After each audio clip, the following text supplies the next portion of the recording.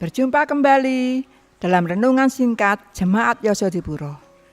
Saudaraku dikasihi Tuhan, baiklah sebelum kita melakukan aktivitas kita pada pagi hari ini, kita akan bekali hati dan pikiran kita untuk merenungkan firman Tuhan. Baiklah, marilah kita berdoa terlebih dulu. Tuhan Allah Bapa kami yang di surga, kami naikkan puji syukur dan terima kasih atas cinta kasih Tuhan dan kemurahan Tuhan yang selalu Tuhan berikan kepada kami, sehingga pagi ini kami masih mendapatkan kesempatan untuk mendengarkan firman-Mu. Berfirmanlah kepada hamba-Mu Tuhan pada pagi hari ini, dan tolonglah hamba-Mu, tuntun hamba-Mu dengan Roh Kudus-Mu, agar hamba dapat menjalankan apa yang menjadi firman-Mu. Terima kasih Tuhan, mengampuni dosa salah kami. Dalam nama Tuhan Yesus Kristus kami berdoa dan mengucap syukur. Amin. Saudaraku dikasihi Tuhan, marilah kita renungkan dalam kitab Mazmur 112 ayat 1 sampai 4. Apa yang dikatakan kitab Mazmur? Berbahagialah orang yang takut akan Tuhan dan yang sangat suka kepada segala perintahnya. Anak cucunya akan perkasa di bumi, angkatan orang benar akan diberkati. Harta dan kekayaan ada dalam rumahnya, kebajikannya tetap untuk selamanya. Di dalam gelap terbitlah terang bagi orang benar, pengasih dan penyayang orang adil. Saudaraku dikasihi Tuhan,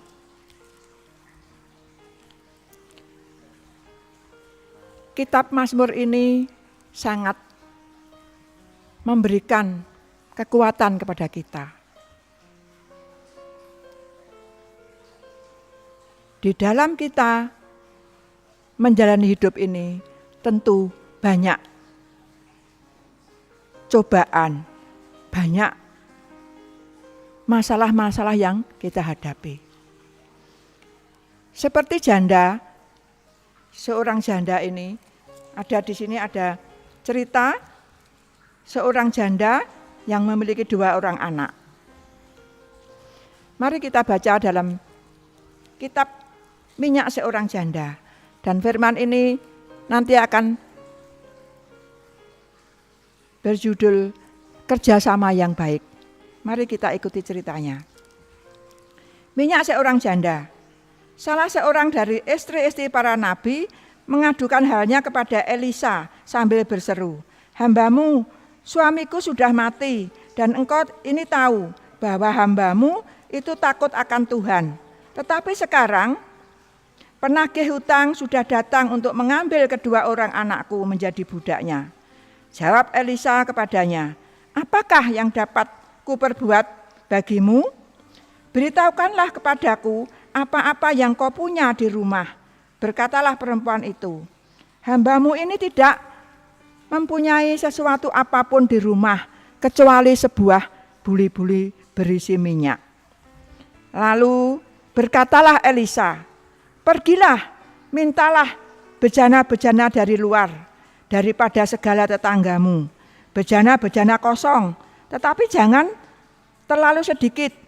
Kemudian masuklah, tutuplah pintu sesudah engkau dan anak-anakmu masuk. Lalu tuanglah minyak itu ke dalam segala bejana. Mana yang penuh angkatlah." Pergilah perempuan itu daripadanya.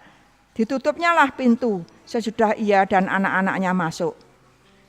Dan anak-anaknya mendekatkan bejana-bejana kepadanya, sedang ia terus menuang. Ketika bejana-bejana itu sudah penuh, berkatalah perempuan itu kepada anaknya, "Dekatkanlah kepadaku sebuah bejana lagi." Tetapi jawabnya kepada ibunya, "Tidak ada lagi bejana." Lalu berhentilah minyak itu mengalir. Kemudian pergilah perempuan itu memberitahukannya kepada abdi Allah. Dan orang ini berkata, "Pergilah, jualah minyak itu, bayarlah hutangmu, dan hiduplah dari lebihnya, engkau serta anak-anakmu."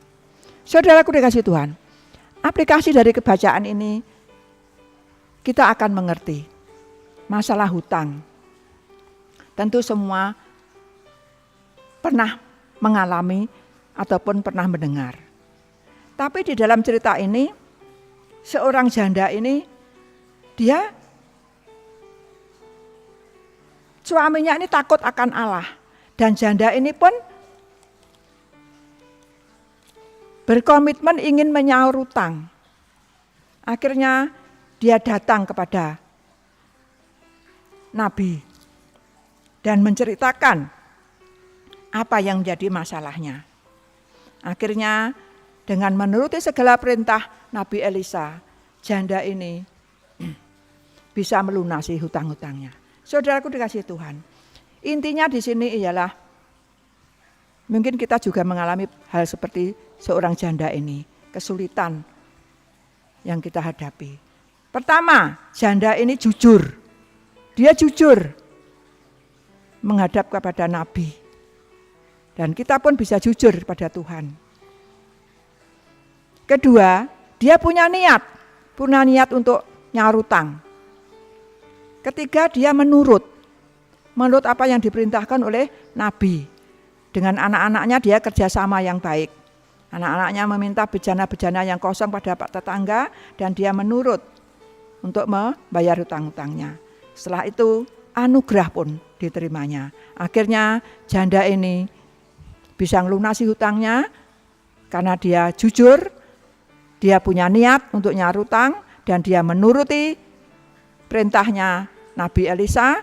Dan keempat, anugerah diterimanya. Nah, saudaraku dikasihi Tuhan, kalau kita pun ingin jujur, kita pun mempunyai komitmen ingin membayar hutang dan kita menuruti perintah Tuhan, maka anugerah Tuhan pun akan menjadi bagian kita semua. Semoga cerita ini akan memberikan pengertian kepada kita masing-masing. Tuhan memberkati kita semua. Amin.